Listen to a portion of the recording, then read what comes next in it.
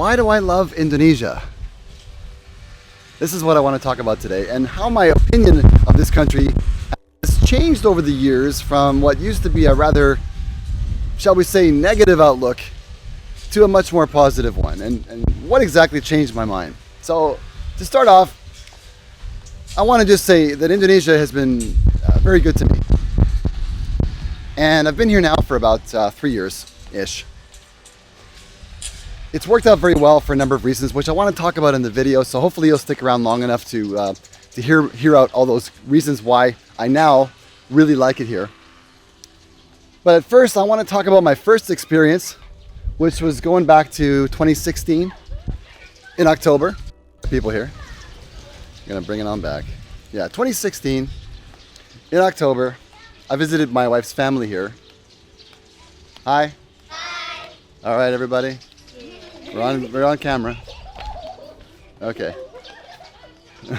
So that's an example of what I like here. The people here are very friendly, especially children. They just have no hesitation about them. They say hello. They'll talk to me even if they don't speak a word of English. They're still very friendly. Where was I? Oh yeah. In the early days of being in Indonesia. I guess. You could say it was a massive culture shock for me. After several weeks, I was physically ill, lying down in the fetal position, going, get me out of here. I wanted desperately to get back to Canada, to my cushy lifestyle, and my clean air, and my healthcare. But it became obvious to me that living in Canada was no longer going to be a viable option for me and my family. And I decided to move the family. Even knowing what I knew at the time, like, oh my gosh, I'm going to live there? Am I crazy or what? But what I ended up doing was asking around with the Indonesian citizens who I met in Canada at the time. And I thought maybe they would give me some tips or some advice or some encouragement at least. And so I asked them, hey, what do you think about Indonesia? You know? And virtually all of them said, why would you want to go there? Hey guys, hey, say hi. All right. Hi. All right, so I got some kids there. And they all said something rather negative about it. None of them had anything positive to say. And at best, they had kind of a neutral position. Like, well, you know, it's good, I guess. Or you might want to go there, you know, but be careful. And, you know, why wouldn't you stay here? You've got Canada. And I can appreciate their point of view. Because they're Indonesians who moved away from their country. And it makes sense that they would, you know, have that attitude. So my first attitude about Indonesia was decidedly not so good. Now, one of the things that I was striving for in Canada was to be a breadwinner. So basically that just means as a man, I go out, I earn the money, and I earn all the money for the family, and I allow my wife to stay home with the house and the children, which, by the way, was strongly desired by my wife as well, and still is. We both wanted that, and that's what I was trying to do in Canada. And I was doing it, kind of limping along financially, but it was possible working in Canada as a sole breadwinner without any excessive debt. And my expenses at the time were about even with my after-tax income. When I say about even, I would say my expenses were about 80 to maybe 85% of my after-tax income. So I would have, after everything was left over, maybe 10 or 15% money that I could use for whatever purpose I wanted, outside of my monthly obligations and whatnot. Well, I've since discovered that the biggest expenses for a breadwinner, especially a man, are two things: personal income taxes and occupancy costs. In Canada, the nominal tax rate, I think, if I'm not mistaken, for the richest people, the highest income earners, is over 50%. So every dollar they earn, over 50% of it goes to the government. So if you're earning, say, 85, 90, 100,000 and above and beyond in Canada, you're probably looking at overall taxes of about 35%-ish. I could be wrong. You can correct me on the math if you like, but it's somewhere around there as a average total taxes. Now, there's a bunch of grass cutting guys over here, so I apologize for the background noise, folks. I'll see if I can get back over here again where there's less noise. Now, the second big cost for me in Canada was occupancy. And so within occupancy, I include everything like rent, principal interest on a mortgage, natural gas costs, electricity, internet, wired internet for the house, telephone, all the stuff that goes along with living in a property of some kind, usually a house. And so what I discovered was about 30% or more, that's loud. That's Indonesia for you. That sound. It doesn't matter if you're reading a book or you're recording a video, you got a lot of this activity showing up at your door, whether you like it or not, with these sounds. So there you go. Maybe I'll write a video or make a video about things I don't like about Indonesia. That's definitely one of them. Where was I? Oh yeah. So what I found was about 30% or more of my after-tax income was going to occupancy costs. Yeah, I'm gonna bring that back. Hello. All right. There we go. So that includes things like rent, that includes things like electrical, all kinds of utilities, and that's over and above the 30 or 35% I was paying to the government for taxes. And I'm not saying don't pay taxes on all that kind of stuff. I'm just saying this is what happened to me. I was taking about 70% of all my income was going to personal income taxes and occupancy costs. I even made an acronym for this called PITO, P-I-T-O, Personal Income Tax and Occupancy. PITO for me at the time was 70% of my after-tax income, maybe even more. And that's, not living in a great place. I mean, I was living in a typical duplex rental in Winnipeg. I was not living in downtown Vancouver in a swanky condo. It was a very average place. Mind you, I didn't have any debt at the time, and that really does help a lot if you can live debt-free. So you can imagine a guy debt-free living in an average house was kind of treading water financially in Canada as a sole breadwinner. Now switch gears to Indonesia, where it's a totally different scenario in terms of PITO, P-I-T-O, personal income taxes and occupancy. The government here obviously expects citizens to pay taxes, but the percentage payable is a lot lower.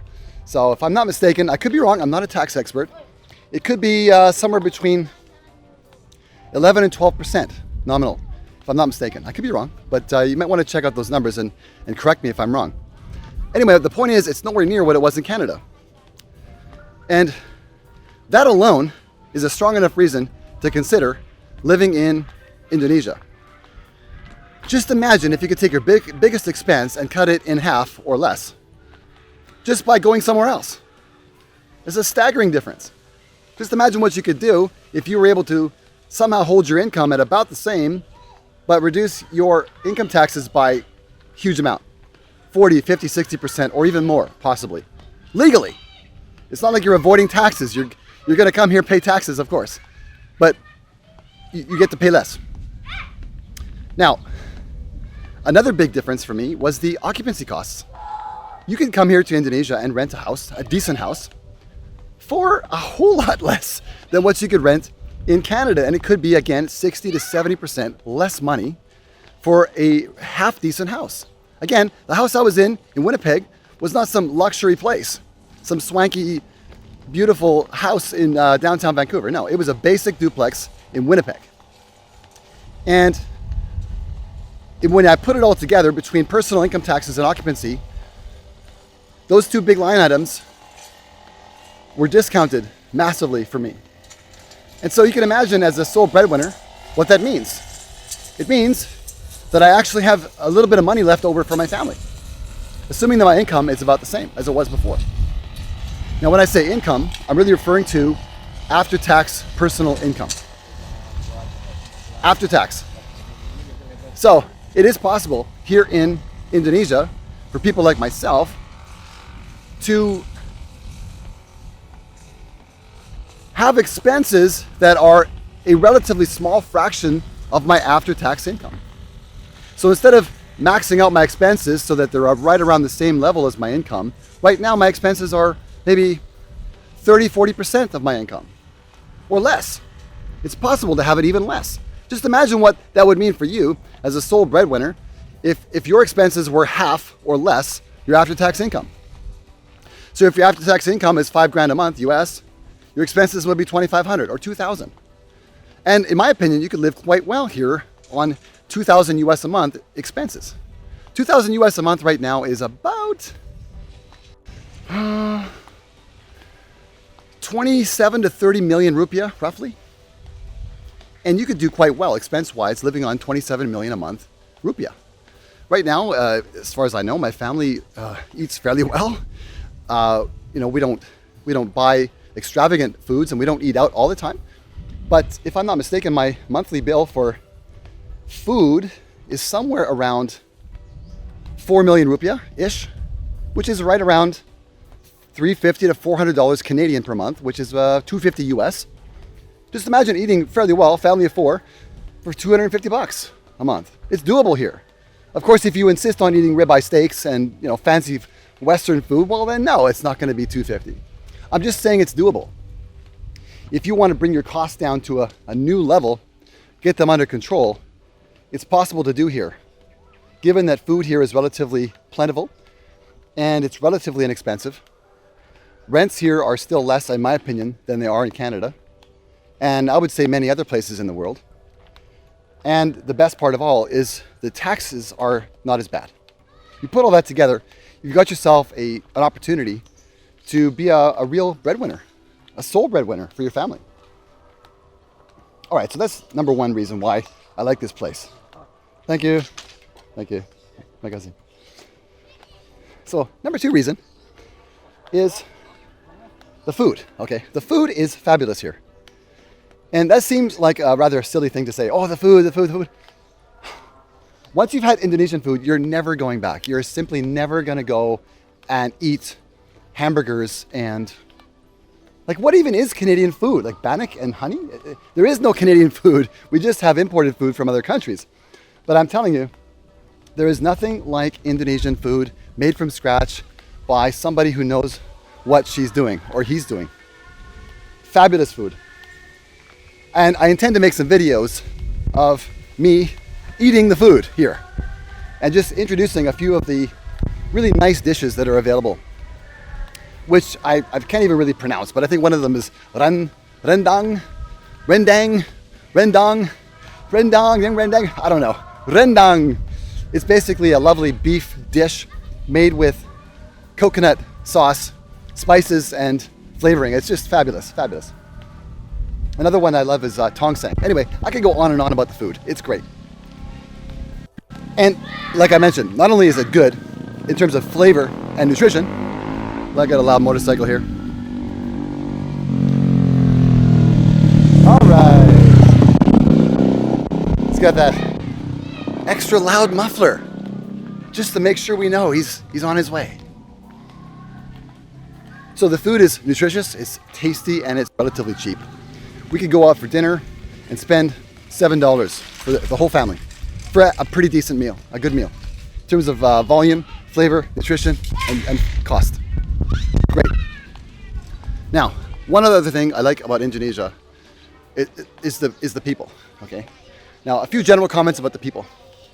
First of all, the people here are generally religious, which is a good thing in my opinion. Why? Because they are relatively sane. Sane. Why is that important? Well,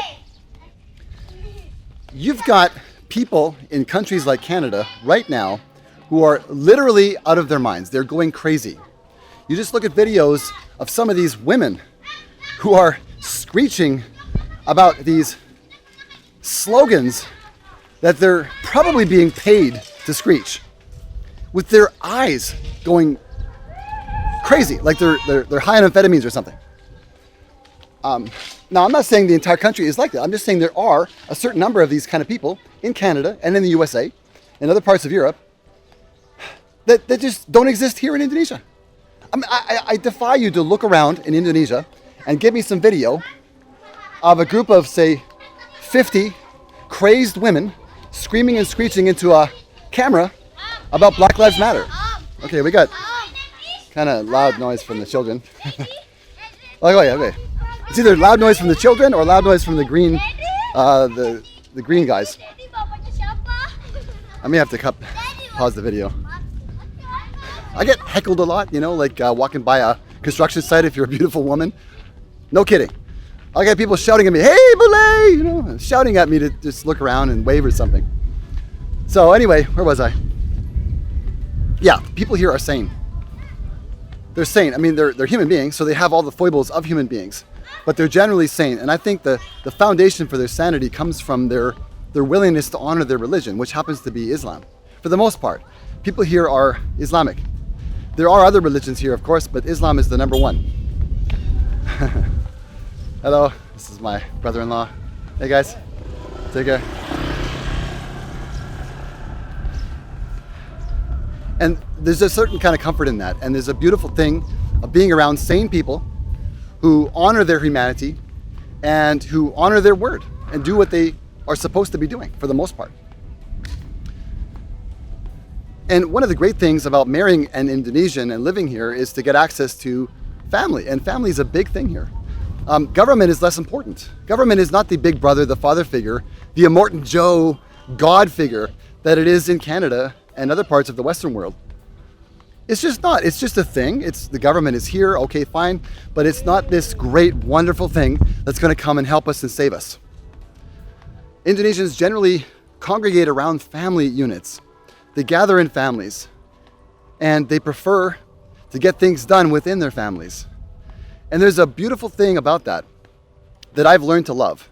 At first, I didn't really care about that because in my background, family wasn't really a big deal. My family just basically moved from my hometown of Winnipeg and just split all across the country and generally didn't stay in contact very much after that. That would be unheard of in Indonesia. I mean, there is some moving around going on, but this idea of a whole family just exploding and everybody moving to different cities and hardly even communicating or being with each other, that's kind of rare, uncommon here. Conversely, it's very common for the families all to live very close to each other, all the family members. So where I am right now, we just go next door and we can hang out with my brothers-in-law, my sisters-in-law, and my nephews and nieces. And we've got access to all these beautiful people. So if this is important for you, then I strongly recommend you consider moving to Indonesia and marrying an Indonesian woman, if you can. Yeah. And I may make another video in the future about how you might want to go about doing that. You know, meet an Indonesian woman, or if you're Indonesian, maybe I'll make a video about how to talk to a bule, okay, a foreigner, and how to strike up a conversation, and how to get real about your intention to marry a foreigner if that's what you want to do. Because that's what my wife did. So I can just give you some of our experience. So to sum up, the big thing is personal income tax and occupancy. The costs are a lot lower here. And you can actually have an opportunity to be a sole breadwinner. And that's going to be critically important for the young men out there. I'm not speaking so much about men my age, I'm 48. I'm talking about the young men who are 28, 38 even. You're just building your career. And you're now realizing just how brutally difficult it can be when your neck is under the boot of these high income tax rates that we're seeing in many Western countries, including Canada. Not only that, but we've got these very high occupancy costs that are forced upon the population, it seems, in the form of rent and mortgage payments. Combined, these PITO expenses, I call them, account for 70-80% of a man's income. And you got 20% left for everything else. That's insane. There's no way a man can do that sustainably over a decade or more of his career. No way. Because those expenses generally don't go down. Once you've got a mortgage, it's a 20 or 30-year contract. And how often do those expenses actually drop? So, second reason, number 2, food. It's fabulous here. Excellent quality food, nutritious, tasty, and cheap. Third, people here, wonderful. I highly recommend you get to know some Indonesian people. And if you do happen to move here, you'll know exactly what I mean. Family is the number one social unit here, and it's real. The family has been gradually destroyed in the West, especially in places like Canada. And what's replacing the family is the government. The government is your new father. The government is the one that's going to come in and support you and help you and be your friend. Well, we're going to discover, ladies and gentlemen, that government that you thought was your friend is not your friend. And all along, Your family was there, and now it's time to wake up and realize that family really is necessary to focus on in the future. So I hope that gives you an idea of what you could expect in Indonesia if you decide to move here, and some of the reasons why I think this is a great place. Thanks for listening. Bye-bye.